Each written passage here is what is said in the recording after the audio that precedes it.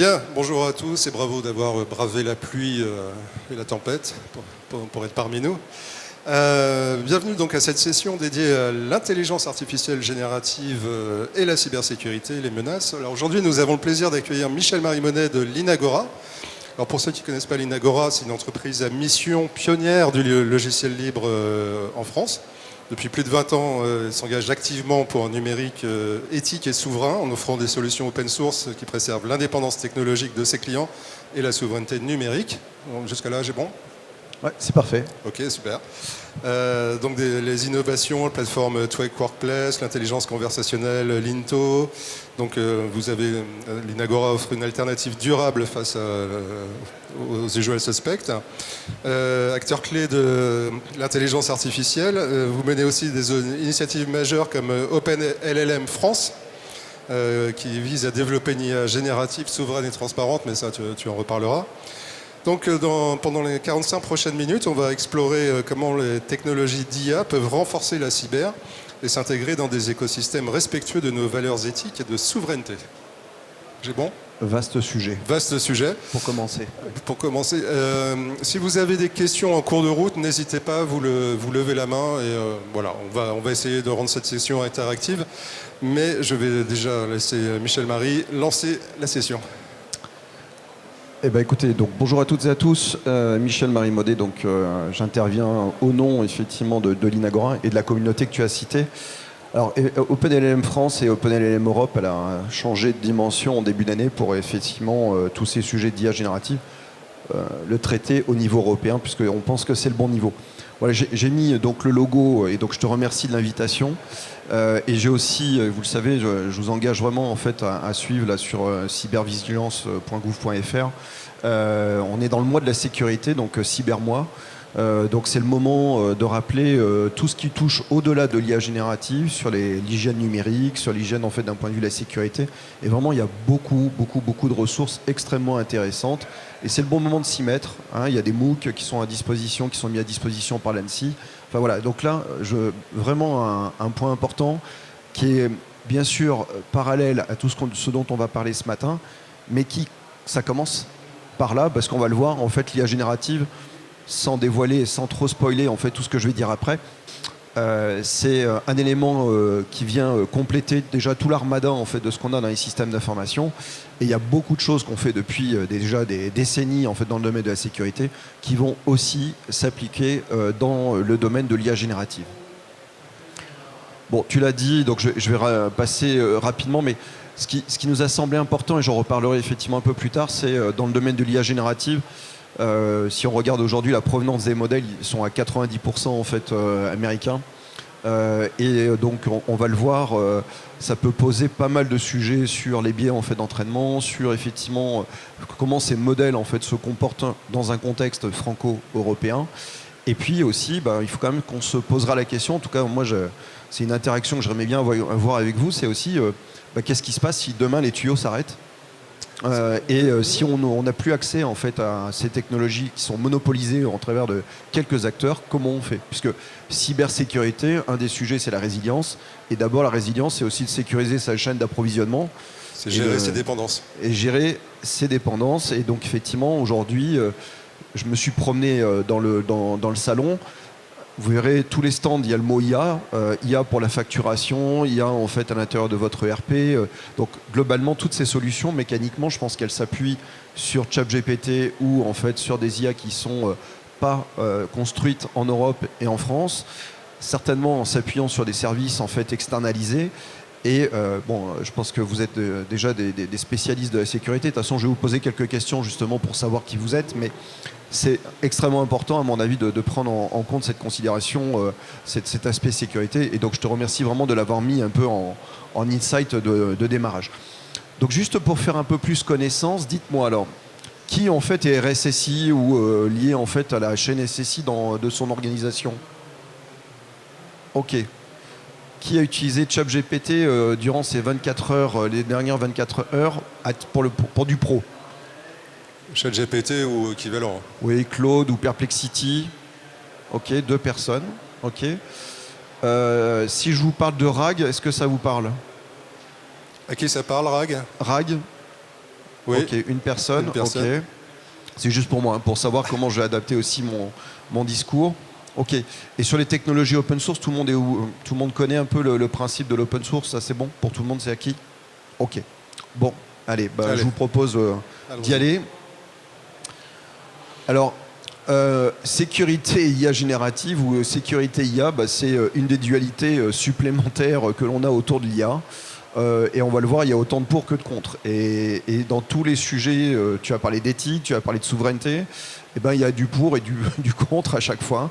Et on va voir que sur l'IA et sur la partie en fait sécurité, le panorama de la cybermenace, et je vais commencer par ça pendant mon exposé, vous allez voir, il a évolué, mais il n'a pas été radicalement en fait modifié avec l'arrivée de l'IA générative.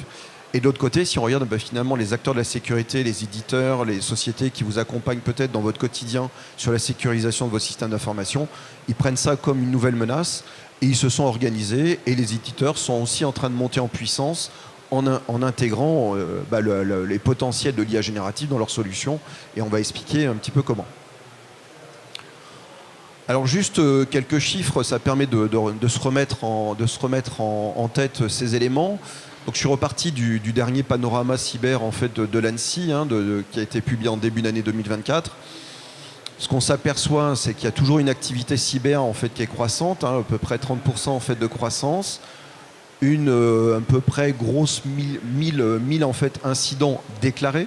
Ça ne veut pas dire en fait qu'il n'y en avait pas eu plus, mais en tout cas ceux qui ont fait l'objet d'une instruction faite par l'agence nationale. Et ce qu'on s'aperçoit, et je vais revenir en fait tout à l'heure, c'est que un peu la vulnérabilité la plus forte qui est utilisée, ou en tout cas la solution, c'est en fait ces rançons logiciels, donc ces ransomware. Et là, pour le coup, en fait, l'IA générative et l'IA d'une façon générale un petit peu renforcé en fait cette offre-là. On va le voir aussi, j'y reviendrai en fait tout à l'heure. Donc, c'est bien quelque chose qui évolue et très certainement avec les différentes annonces et actualités qu'on a eues récemment. Je pense qu'on sera à peu près sur le même trend en fait en 2024, une augmentation en fait des faits, voire certainement quand même une accélération en fait du nombre d'incidents, parce qu'on va le voir en fait avec l'IA générative, le passage à l'échelle et l'automatisation permet en fait d'aller plus vite, et donc pour les cybercriminels en fait de déployer et de passer à l'échelle beaucoup plus rapidement. Bon, sur les origines des menaces, là il n'y a pas réellement de grands changements ou de bouleversements. Simplement, vous allez voir. C'est que ça devient accessible à peu près à n'importe qui, y compris d'un point pour plus des gens qui sont des cyber spécialistes et ainsi de suite. Donc là aussi, ça veut dire que des coûts qui baissent à l'entrée, ça veut dire une multiplication potentielle en fait des alertes. Alors ensuite, si on regarde réellement la modification ou comment ça a changé, alors je suis allé chercher un peu dans la littérature. C'est toujours intéressant de regarder ce que produisent comme rapport en fait les autres agences de sécurité. Donc là j'ai pris celle en fait du National Cyber Security Center en fait donc en anglais, donc en début d'année, et finalement sa directrice, la Lydie Cameron, indiquait que finalement l'IA générative ou l'IA d'une façon générale n'a pas réellement modifié en fait le panorama de l'écosystème et des types d'alertes en fait qu'on rencontre. Ce qu'on s'aperçoit, c'est que par contre, tout ce qu'on apprécie de l'IA générative, le fait qu'on puisse produire rapidement des contenus, qu'on peut le personnaliser, qu'on peut en fait les dériver, va faire que pour certains types d'attaques qu'on connaît bien, tout ce qui est lié en fait, vous savez, donc les attaques au président, là, le spear phishing. Aujourd'hui, avec le clonage de voix, ça devient... Les voice morphing, les deepfakes, effectivement, ça donne en fait de nouveaux outils, mais finalement, vous allez voir un petit truc juste après, mais globalement, il faut garder un peu de bon sens et puis garder en fait les bons réflexes. Voilà. Mais donc, globalement, ce qu'il faut retenir à cette étape-là, c'est qu'il n'y a pas eu un bouleversement ou un shift avec l'arrivée de l'IA. Ça permet de tout le monde se mettre un peu tranquille et de se dire, bon, ok, on peut utiliser, mais par contre, il va y avoir un certain nombre de recommandations en fait en prenant en compte. Par contre, effectivement, les capacités, là, le tableau que vous avez sur la droite, en prenant les capacités qui sont offertes par l'IA générative, ça permet donc l'automatisation, ça permet effectivement d'être plus personnalisé sur le social engineering, Effectivement, sur la collecte d'informations, vous le voyez bien, on en parlait justement là, juste avant, mais pendant le café, vous utilisez certainement aussi l'IA pour collecter de l'information et résumer de l'information que vous pouvez trouver sur Internet. Et figurez-vous que les cybercriminels font exactement la même chose. Toutes les données en fait, qui sont les nôtres et qui apparaissent en fait, de façon officielle ou non officielle sur Internet, ils les exploitent et ils vont plus vite parce qu'ils utilisent, comme vous, ChatGPT ou d'autres modalités en fait, d'IA générative pour collecter, formater, refaire en fait, les bases en fait, avec vos informations. L'autre aspect, donc ce que je vous disais, c'est donc là c'est pareil, c'est donc j'ai pris, alors bon, vous allez me dire européen, mais il parle que de l'Angleterre, mais bon, c'est l'autre agence qui s'occupe de cyber en fait en Angleterre, donc qui est le National Crime Agency. Et donc un de ses représentants en fait finalement disait que j'ai gardé cette phrase simplement que, encore une fois, ce que je disais tout à l'heure, c'est que l'IA générative en fait finalement baisse les barrières à l'entrée. Il n'y a plus besoin d'être finalement un hacker ou un spécialiste de la sécurité pour pouvoir déclencher en fait des attaques sur n'importe quel type de système d'information. Et un des exemples qui est mis en avant dans ce rapport, c'est ces fameux ransomware as a service. Donc vous connaissez l'infrastructure as a service, vous connaissez le SaaS, le software as a service. Et il y a une industrie qui maintenant s'est montée où vous n'avez plus besoin d'être un spécialiste et vous avez en fait finalement des communautés criminelles qui se sont organisées et qui vendent en fait des services d'attaque à la demande. Alors je suis allé voir, c'est pas très cher. Prix d'attaque à peu près, alors il y a différentes formules. Donc soit c'est des abonnements, donc ça fonctionne comme le SaaS, et donc ça commence à peu près à $40 par mois. Et donc à $40 par mois, en fait, vous avez des robots et donc vous définissez des cibles. Et à peu près, donc c'est marrant parce que quand vous vous prenez sur ces sites, c'est un peu comme sur un site d'une boutique en ligne. Vous avez des clients testimonials. Alors ils sont un peu floutés, on ne sait pas qui, mais vous avez quand même des gens. Vous avez en fait des taux. Donc globalement, on vous dit c'est une attaque sur 6 qui passe. Mais en fait, quand même, on peut calculer un retour sur investissement de dire tiens, si je investis pendant 6 mois $40, quelles peuvent être mes espérances en fait de gain, voilà. Et il y a des modèles alors, qui sont encore plus accessibles, puisque globalement, on ne vous demande pas de payer au début. Et en fait, c'est un système de partage de la valeur. C'est ce qu'il y a en fait sur la slide à droite. C'est que globalement, en fait, si vous récupérez, donc si l'attaque passe et que vous récupérez, par exemple, $100 000, vous avez à peu près les prix de marché. C'est comme en fait sur l'Apple Store, c'est 30% qui revient en fait aux cybercriminels et 70% qui revient en fait pour vous. Voilà. Donc, mais quand même, ça matérialise le fait que pour quelques euros, puisqu'on ne parle vraiment pas de grosses sommes, on peut avoir en fait des mécaniques complètement automatisées. Donc vous lancez ça, c'est des robots, et puis vous revenez un petit peu quelques jours après, et vous voyez ce que ça a donné, quoi. Ouais. Par exemple, si j'ai envie d'attaquer un concurrent, je prends la version Silver, Gold ou Platinum. C'est un peu ça. Et au moment où on avait préparé l'intervention, tu m'avais parlé aussi des failles sur Active Directory, en fait, et sur Azure Directory maintenant de Microsoft. Figurez-vous que, en grattant un petit peu, on trouve des services, pareil, d'attaque automatisés en fait sur des AD, quoi. Donc ça fait un peu peur. Et ça, pour le coup, c'est vrai que l'IA en fait a eu un impact.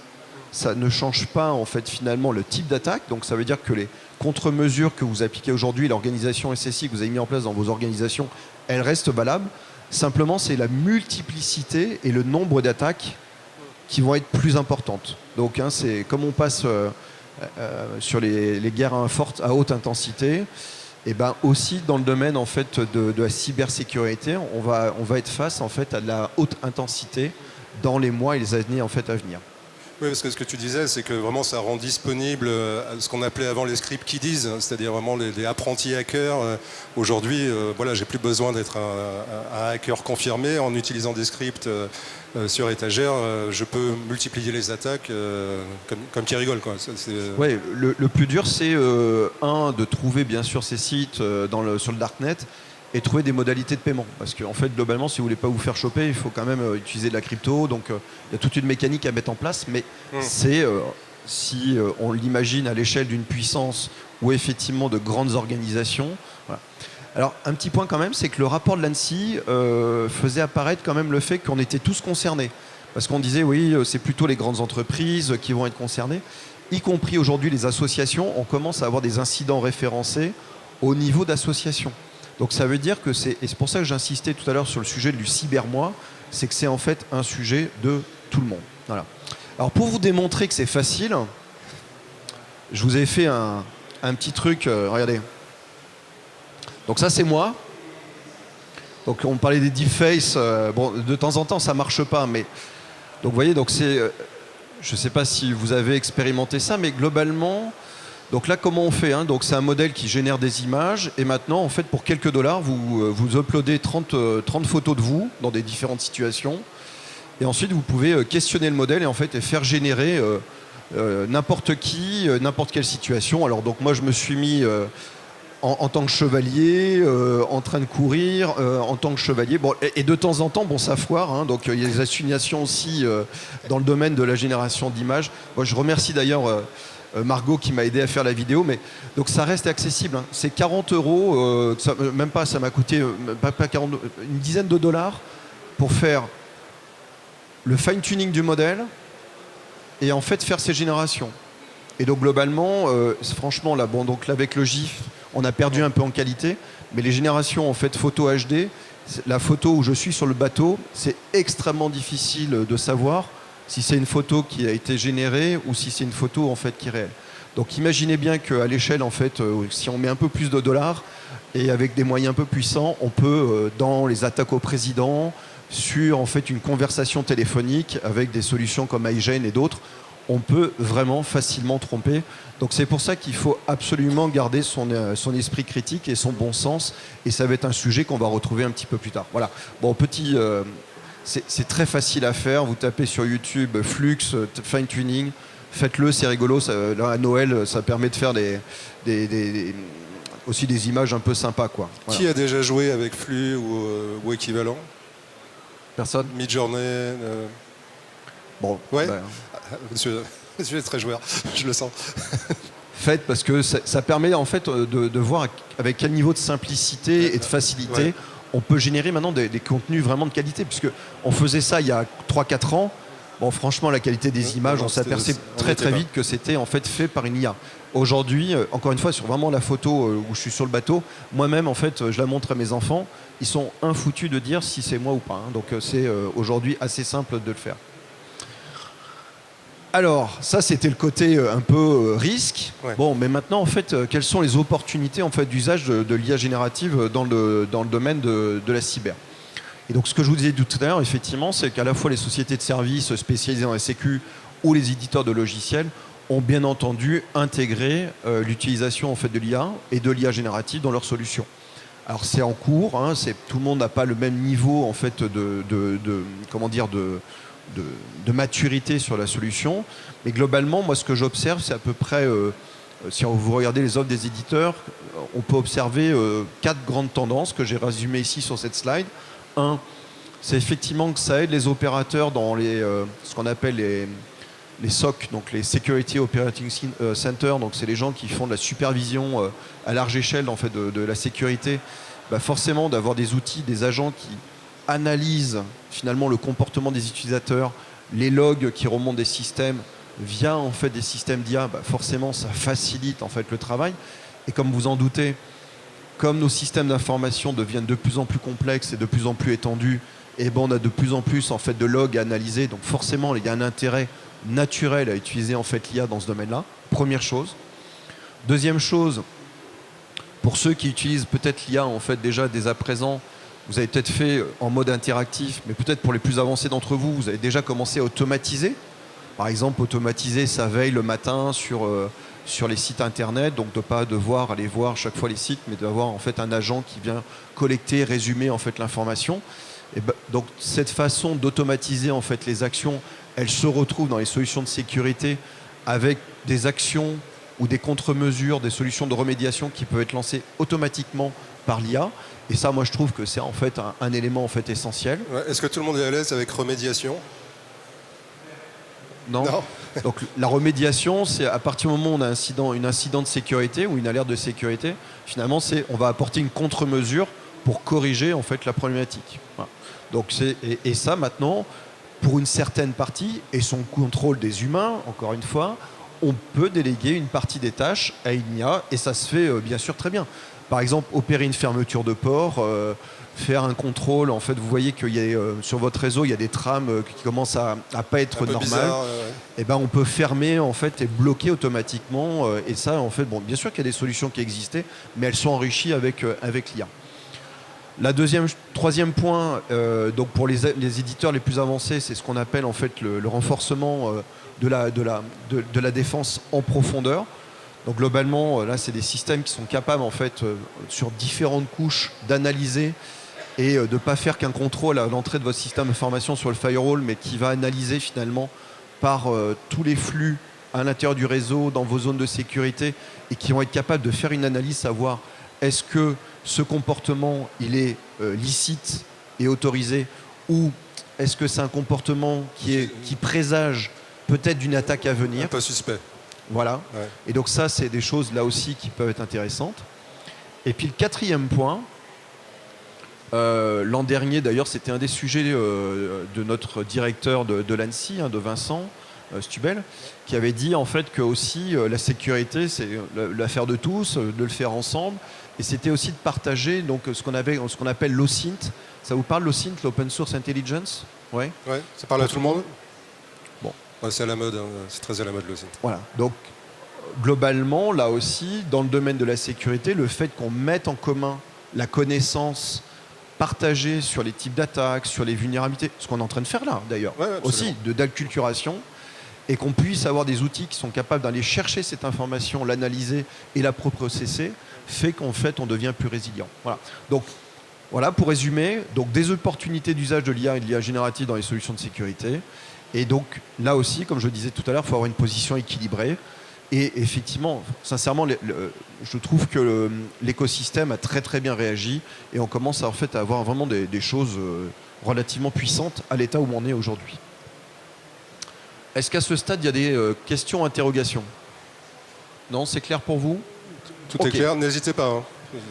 On est là pour échanger. Alors si vous êtes là, c'est qu'a priori vous vous intéressez au sujet. Donc je vais vous donner en fait, à mon avis, ce qui me semble moi 2 points d'entrée accessibles.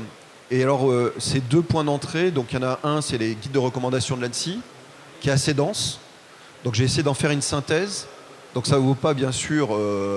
Et c'est une synthèse humaine, hein, je le précise. Hein, c'est pas des synthèses faites par l'IA. Donc je vais vous faire part moi des recommandations en fait qui me semblent moi les plus pertinentes. Et puis l'autre, en fait, je pense que vous connaissez l'OSAP. Et donc, on va y revenir. De toute façon, je vais le présenter en détail. Ouais. Qui connaît, juste pour... Oui, l'OSAP, vous connaissez? Ok. C'est une fondation, en fait, qui traite de la sécurité, mais j'ai prévu quelques slides pour vous présenter. Ces 2 points, pour moi, sont... Je vous ai mis les liens, je publierai les slides, je pense, dans l'après-midi. Ces 2 liens, en fait, sont les points d'entrée, moi, qui me constituent, je pense, si vous voulez rentrer dans le sujet, vraiment 2 points d'intérêt. J'aurais pu rajouter, je ne l'ai pas mis ici, il y a une norme ISO, la 42001, qui est en fait donc une norme internationale sur le management de l'IA dans les systèmes d'information. Donc il y a une norme ISO, voilà. Elle n'a pas été déclinée en norme AFNOR pour l'instant, mais voilà, donc ISO 42001, la recommandation ANSSI sur laquelle on rentre, et puis l'OSAP, et si vous faites ça, si vous passez un peu de temps dessus, a priori, vous allez pouvoir... mieux appréhender le sujet. Donc ce que je vous fais un peu un panorama de ces sujets-là, et après on prend un cas très précis sur une application qu'on peut trouver en entreprise aujourd'hui, et de savoir finalement comment on adresse ces difficultés aujourd'hui. Donc sur les recommandations de l'ANSSI, c'est un PDF qui se télécharge, donc c'est un document d'une 50aine de pages. Donc globalement, il y a une première partie où on décrit en fait un peu le cycle de vie d'une IA dans l'entreprise, de son entraînement jusqu'à son exploitation. Et ensuite, vous avez 35 recommandations qui touchent finalement tout ce cycle. Alors, je ne pense pas que tous, on va... parce que dans vous voyez les 3 grandes étapes, les 3 grands blocs, il y a l'entraînement du modèle d'IA. C'est lisible? Oui. Donc la partie verte en haut, c'est la partie entraînement du modèle. Donc ça, je pense que, a priori, personne ne doit être concerné à court terme. Et si vous l'êtes, venez me voir parce que moi je suis en plein dedans et je vais vous déconseiller de le faire. Parce que c'est un sacerdoce, c'est compliqué et je vous expliquerai pourquoi. La partie orange, c'est la partie déploiement, donc c'est-à-dire la mise en œuvre en fait initiale, et la partie bleue en bas, c'est l'exploitation en fait au quotidien. Donc ceux, à mon avis, je pense qui vous concernent, c'est plutôt le bloc orange et le bloc bleu. Et sur les recommandations, il y en a 35, donc elles sont explicitées à chaque fois dans le document. Et j'ai essayé de faire une sélection donc, de quelques-unes qui me semblent être importantes. Alors les 5 premières, c'est le bon sens. Mais ça vaut toujours de les rappeler. Oui, comme souvent. Voilà, donc c'est globalement la première recommandation, c'est en fait finalement intégrer le cycle de vie de l'IA dans son ensemble et de ne pas commencer à s'intéresser à la sécurité de l'IA à partir du moment où on a mis en place l'application. Alors c'est que du bon sens bien entendu, mais c'est tellement oublié. Je vous rappelle qu'aujourd'hui, et peut-être certains d'entre vous le font, comme on a eu du shadow IT, donc de l'informatique non maîtrisée et ainsi de suite, on a aujourd'hui dans les organisations beaucoup de shadow AI. C'est-à-dire des gens qui utilisent des services en fait, d'intelligence artificielle. 80% selon les derniers chiffres. Voilà. En moyenne dans les entreprises.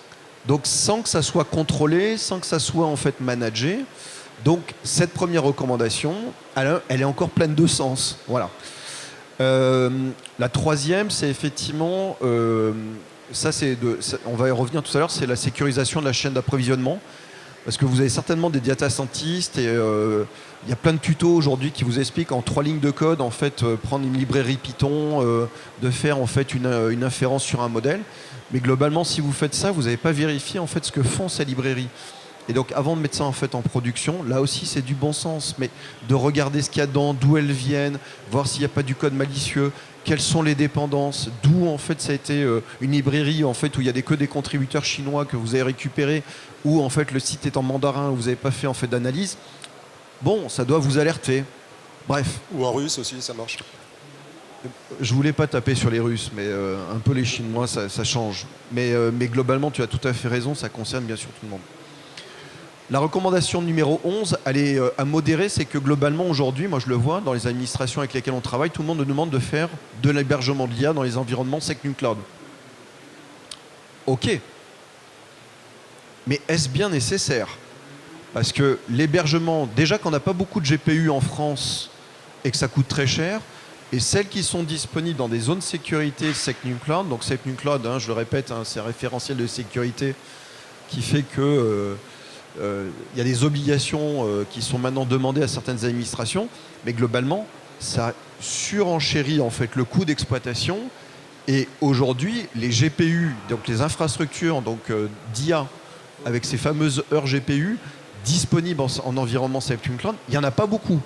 Oui, il y a très peu d'acteurs qui sont certifiés à date en France. Parce que c'est une tannée en fait pour se certifier. Et pour vous, si vous commencez à rentrer dans ce référentiel, vous avez des nouvelles obligations par ailleurs. Donc attention. Donc là, un peu à modérer. Il y a plein de choses qu'on peut faire en fait sur des systèmes publics. Voilà. À partir du moment où bien sûr vous voulez faire de la gestion, je sais pas, de données RH ou que vous voulez mettre vos systèmes un peu les plus sensibles, effectivement, il y a des recommandations qui peuvent s'appliquer. Ensuite, on va le voir, la R25, donc la recommandation 25, on va le voir, c'est tout ce qui est lié à l'interaction que vous avez avec les modèles. Et on va voir que là, les vulnérabilités de type ce qu'on appelle les injections au niveau des prompts est en fait un truc extrêmement simple à faire. Et on va le voir, je vais vous faire une petite démo après. Et c'est malheureux, mais aujourd'hui, c'est quelque chose qui se fait là aussi très simplement. Donc regardez cette recommandation, pour moi, c'est presque une des plus importantes en fait, du référentiel. Et puis la 32 qui me semble importante, c'est que si vous développez ou vous avez des équipes de développeurs, surtout les sensibiliser, un petit peu ce que je disais tout à l'heure, qu'ils ne fassent pas un peu leur course au hasard en fait, sur Internet. Et il y a vraiment ce sujet de la sécurisation de la chaîne d'approvisionnement qui est extrêmement importante. Voilà. Donc, un document à lire et puis quelques recommandations. C'est plein de bon sens, mais ça fait toujours du bien en fait, de les rappeler. Sur l'OSAP, le WASP, donc c'est une fondation qui s'est créée un petit peu après les années 2000, par Marc Curfer.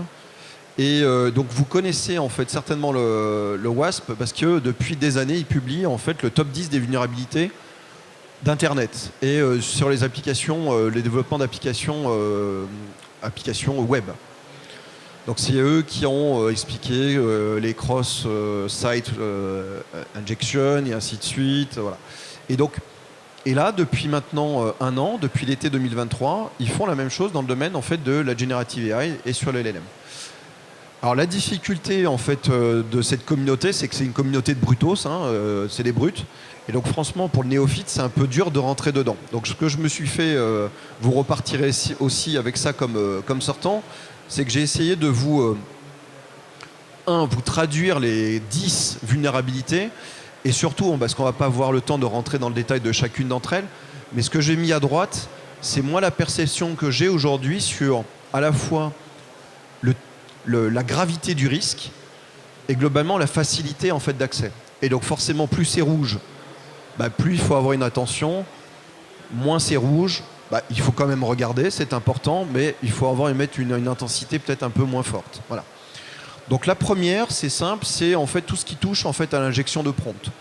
Donc ça, c'est assez simple à faire, c'est-à-dire que dans ChatGPT ou dans votre interface où vous interagissez avec votre IA, vous avez le moyen d'injecter des commandes, et si elles n'ont pas été filtrées ou prises en compte, vous pouvez attaquer en fait le modèle. Et d'autant plus que la nouvelle version 4.0 Canva, etc. Mini facilite, là, il y a les travaux de recherche qui ont été publiés, je ne sais pas si tu les as vus, facilite le prompt injection en fait.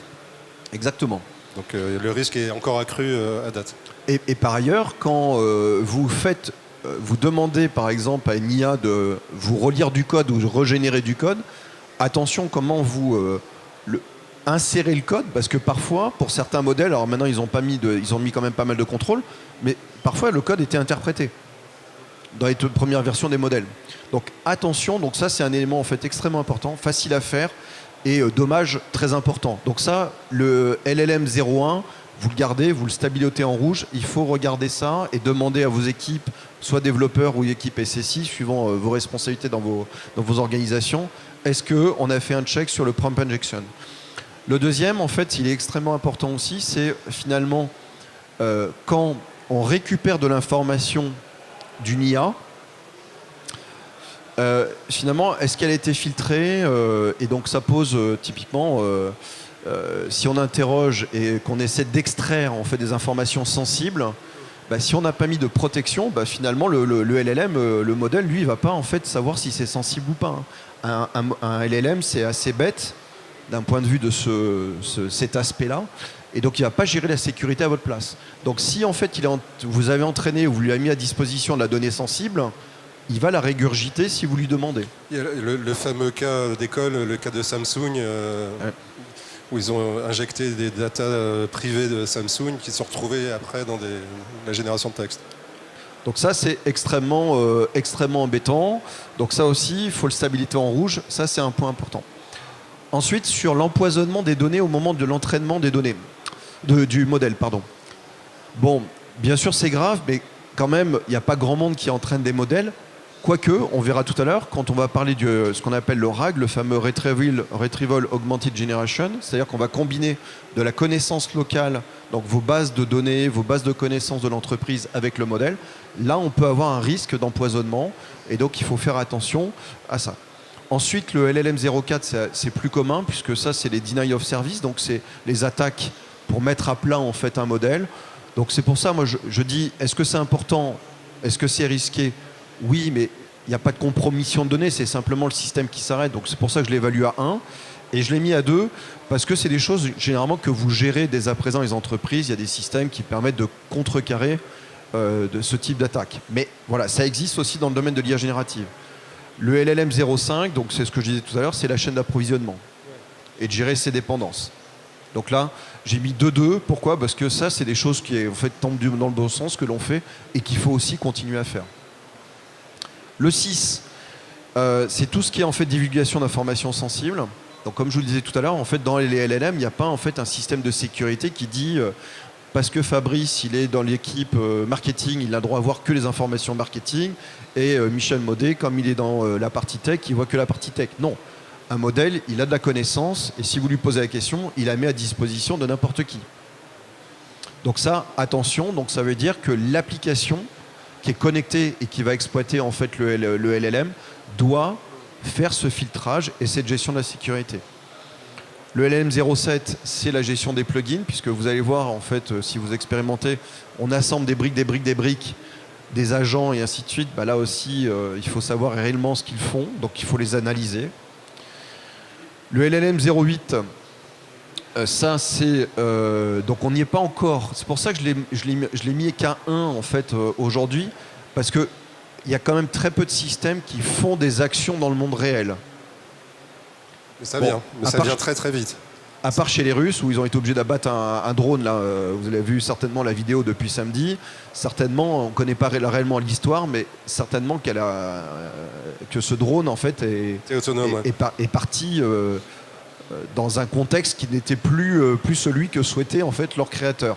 Donc, on va y arriver. Donc ça, bien sûr, sur les applications qu'on connaît dans les entreprises, aujourd'hui, bon, on est un peu limité, mais ça va vite arriver. Ouais. Le 9, donc c'est la surconfiance. Donc aujourd'hui, c'est fou, hein, j'intervenais hier soir dans une école d'ingénieurs. Quand vous posez la question finalement aux plus jeunes que nous, ou aux jeunes tout court, la confiance qu'ils donnent à une information générée en fait par un algorithme versus ce qu'on pourrait dire en tant que parent ou en tant que dirigeant de l'entreprise, tout ça, bon, on s'aperçoit vite qu'il y a un excès de confiance et donc là aussi, c'est un sujet. Donc celui-ci, il est 3-3, donc il n'y a pas de contre-mesure technologique, hein, c'est de la culturation et de la formation qu'il faut faire. L'esprit critique, la prise de recul. Et le 10e, c'est le vol de modèles. Bon, là aussi, je pense que c'est un risque quand même qui est, alors bien sûr, qui est très fort, mais, enfin qui est grave. Mais aujourd'hui, pour qu'on vous pique le modèle, bon, déjà, il faudrait que vous ayez le modèle chez vous. Et pour l'instant, même pour essayer de piquer le modèle d'OpenAI, c'est tellement gros qu'on n'a pas les infrastructures pour le faire tourner. Donc, ça ne sert pas à grand-chose. Voilà. Donc, si vous retenez bien, donc le 0,1, le 0,2 sont importants, le 0,6 et le 0,9. Voilà. 4 éléments sur lesquels vous devez avoir une vigilance en fait accrue. Alors maintenant, si on projette ça, il me reste combien de temps ? Il te reste pas beaucoup de temps, il te reste 7 minutes. Ok. Si on projette ça sur une application typique qu'on trouve dans les entreprises, très certainement, soit vous allez exprimer le besoin si vous êtes décideur, soit on vous demande de mettre ça en place, mais souvent aujourd'hui, ce qu'on vous demande de mettre en place, c'est ce qu'on appelle le fameux RAG, le Retrieval Augmented Generation. Qu'est-ce que c'est ? C'est de dire, quand vous interrogez ChatGPT aujourd'hui, bien sûr, il a beaucoup de connaissances, mais il n'a pas les connaissances de votre entreprise. Ou s'il les a, ça pose un problème. Mais en admettant qu'il ne les ait pas encore, et que vous souhaitiez en fait conserver et de faire un cloisonnement en fait entre les données sensibles de l'entreprise et ce qu'il y a dans les modèles, vous allez faire plutôt ce qu'on appelle du RAG. C'est-à-dire qu'on ne va pas réentraîner en fait un modèle avec des données de l'entreprise, mais il y a une technique qui permet, c'est assez simple, hein, c'est vraiment, je peux vous expliquer la chose très très simplement, c'est qu'au moment où vous avez posé la question, quels sont les fondateurs de l'Inagora ? Donc ça, si vous posez la question à ChatGPT, il va vous raconter à peu près n'importe quoi. Mais nous, par exemple, si vous posez ça sur l'IA qu'on a installé au sein d'entreprise, où on fait du RAG par rapport aux bases de connaissances qu'on a, donc les présentations de la société, les présentations commerciales et ainsi de suite, et ben le modèle, qu'est-ce qu'il fait ? Il prend la question et il va créer une empreinte numérique, une signature de cette question-là, et il va la comparer par rapport à une base de données qu'on a préparée préalablement, donc ce qu'on appelle les bases de données vectorielles. Il va faire un calcul de similarité.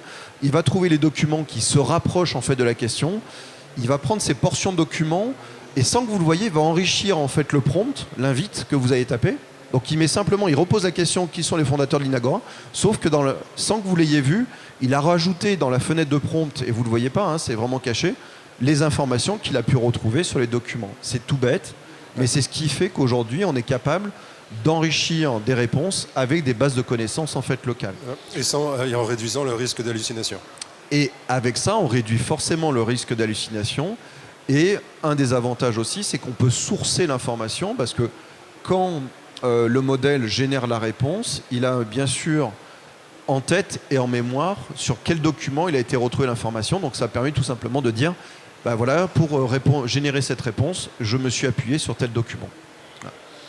Donc là-dessus, bah, si on prend finalement une architecture, c'est vraiment l'architecture classique que vous allez retrouver en fait dans les cabinets de conseil pour vous faire une architecture, une application RAG. Donc vous allez trouver donc le fameux LLM, une application qui devra en fait embarquer ce qu'on appelle embedding model, qui fait la conversion entre ce que vous exprimez en langue naturelle et un langage compréhensible par le modèle. Et puis, donc, ce que vous avez à droite, c'est effectivement la base de données vectorielle parce qu'en fait, il n'est pas capable, un modèle aujourd'hui, il n'est pas capable de lire votre intranet directement ou de prendre l'intranet avec tous les PDF ou tous les documents bureautiques. Ça, il ne sait pas faire. Donc, vous allez avoir une étape qui est en fait ce qu'on appelle de vectorisation, donc d'insérer tous ces documents dans cette base vectorielle pour pouvoir faire ces calculs de similarité. Voilà, si je ne veux pas faire trop technique. Et donc, les types d'attaques qu'on peut retrouver, donc c'est celles qu'on évoquait tout à l'heure, c'est effectivement de l'injection au niveau du prompt et globalement détourner en fait les fonctionnalités du modèle, et en particulier ce qu'on appelle le système prompt. Donc ça, c'est quelque chose que vous n'avez pas forcément vu et appréhendé, mais c'est que généralement les modèles, quand on vous les met à disposition, ils ont été spécialisés. Mais dans le prompt, avec certaines facilités, on est capable de détourner. Et donc même si le modèle, vous lui avez dit tu dois répondre à que ce type de questions, en injectant certaines commandes dans le prompt, on peut lui faire autre chose. Et donc ça, c'est un problème. On pervertit le modèle. Voilà. Le deuxième point, c'est l'empoisonnement, ce que je disais tout à l'heure, c'est-à-dire attention donc, aux documents que l'on met. Là, les plugins qui sont intégrés. Et puis le point 4, qui est pour moi le plus important, c'est effectivement, on veut, si vous avez, je sais pas, les fichiers qui contiennent les rémunérations, des propositions sensibles pour certains clients, de faire attention à ça. Et donc, c'est ce qu'on évoquait tout à l'heure sur la partie LLM 06. Donc, un petit exemple de choses qu'on peut faire.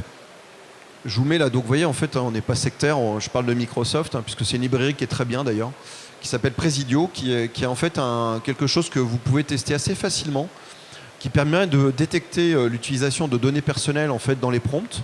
Alors soit en entrée, soit en sortie. Donc c'est quelque chose que vous pouvez mettre dans votre application. C'est des librairies que vous pouvez instancier et donc qui vont filtrer.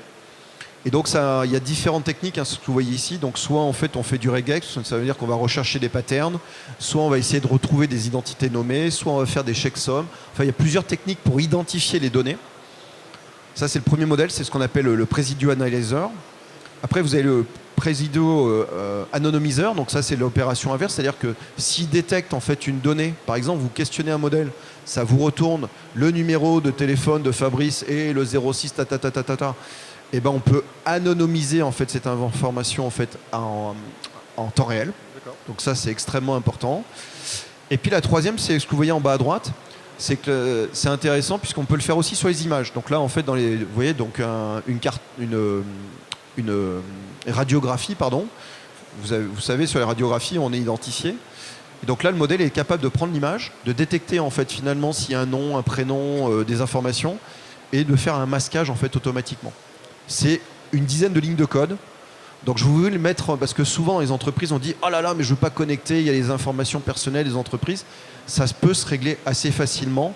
Allez voir, c'est assez simple en fait à mettre en œuvre et ça marche vraiment du feu de Dieu. Voilà, petit coup Merci pour le tips. Voilà, pour le tips. Bon, et je pourrais terminer là-dessus, sur cette slide-là. Ouais, voilà, je vais terminer là-dessus. Je pouvais pas... j'ai remis vous avez vu ces vidéos qui ont tourné, là, c'était il y a quoi, 2 mois maintenant, c'était début juillet. Donc sur l'attaque, la fameuse attaque CrowdStrike, et donc a démontré en fait finalement la vulnérabilité qu'on avait en étant dépendant de quelques acteurs, et on sait très bien que sur l'IA générative, on dépend aujourd'hui de quelques acteurs. On a parlé de Claude, on a parlé d'OpenAI. 3 en fait. Voilà, de 3. Et c'est pour ça qu'aujourd'hui, on crée des alternatives. C'est ce qu'on fait avec OpenLLM France. Voilà, je peux arrêter là. Super. Merci beaucoup, Michel Marie. Est-ce qu'il y a des questions très rapides, très affûtées, très pointues pour Michel? Le temps nous est compté. Parce que c'était passionnant. Mais... C'est clair pour tout le monde? Ah, voilà, merci.